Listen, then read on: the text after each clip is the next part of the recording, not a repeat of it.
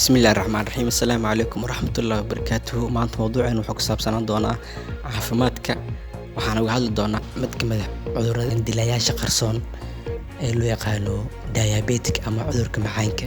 Haddaba waa maxay cudurka macaanka? Cudurka macaanka ama sonkorowga waa cudur leh sababo kala duwan dadka qabana oo dhiigooda ku badan tahay sonkorta waxaana loo yaqaanaa diabetic ama sonkorow. Waxaa sababa cudurkan laba arrimood: kow, in jirka uusan helin insulin ku filan, iyo labo, in jirka uusan ka jawaabin insulinta. Haddaba waa maxay insulin? Insulin waa dheecaan uu soo daayo ganaca oo ah xubin ku taala caloosha gadaasheeda.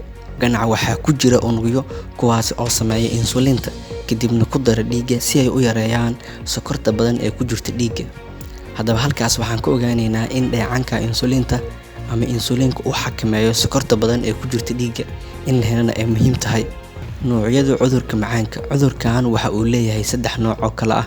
Nooca koowaad type 1 waxaa sababa in jirka uusan helin insulin ku filan, taas oo ka timid burbur ku yimaada unugyadii soo saari lahaa insulinta. Waxa uuna inta badan ku dhacaa carruurta iyo dadka da'da yar.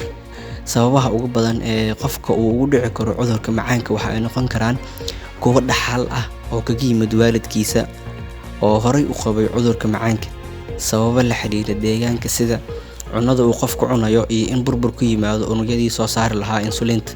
Nooca labaad type 2 noocan waxaa keena sababo ay ka mid yihiin jirka oo aanan ka jawaabin insulinta, ama in uusan helin insulin ku filan, ama unugyada beerka oo aan si wanaagsan u isticmaalin insulinta la soo saaray. Noocan wuxuu ku dhacaa dadka da'da dhexdhexaadka ah, dadka duqoobay, iyo sidoo kale dadka aadka u cayilan.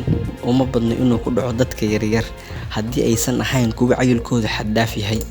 Sababaha ugu badan ee noocan lala xiriiriyo waxaa ka mid ah jimicsi la'aanta, jirka oo insulinta si habboon u adeegsan, iyo beerka oo soo saara sokor aad u badan taa oo keenta in dhiigga ay sokor badan ka buuxsanto.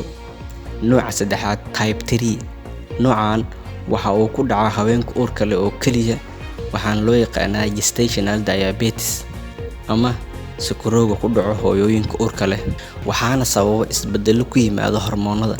Noocan inta badan wax shaqo ah kuma lahan dheecaanka insulinta. Calaamadaha ugu badan ee lagu garto cudurka macaanka waxaa ka mid ah oon badan, kaadi badan, gaajo badan, daal badan, meelaha dhaawac soo gaaro aan dhaqsi bogsan, aragga oo daciifa, miisaanka qofka oo yaraado, caabuq soo noqnoqdo, iyo calaamado kale. Fiiro gaar ah. Haddaba ogow, haddii cudurkan uu sii raago waqti dheer, waxaa lala xiriiriyaa ama uu leeyahay caqabado badan oo ka mid yihiin cudurrada wadnaha sida wadnaha oo istaaga, kelyaha oo shaqada gaba, indho la'aan, dhibaatooyin dhanka ilkaha ah, farxad darro iyo dhibaatooyin dhanka uurka ah.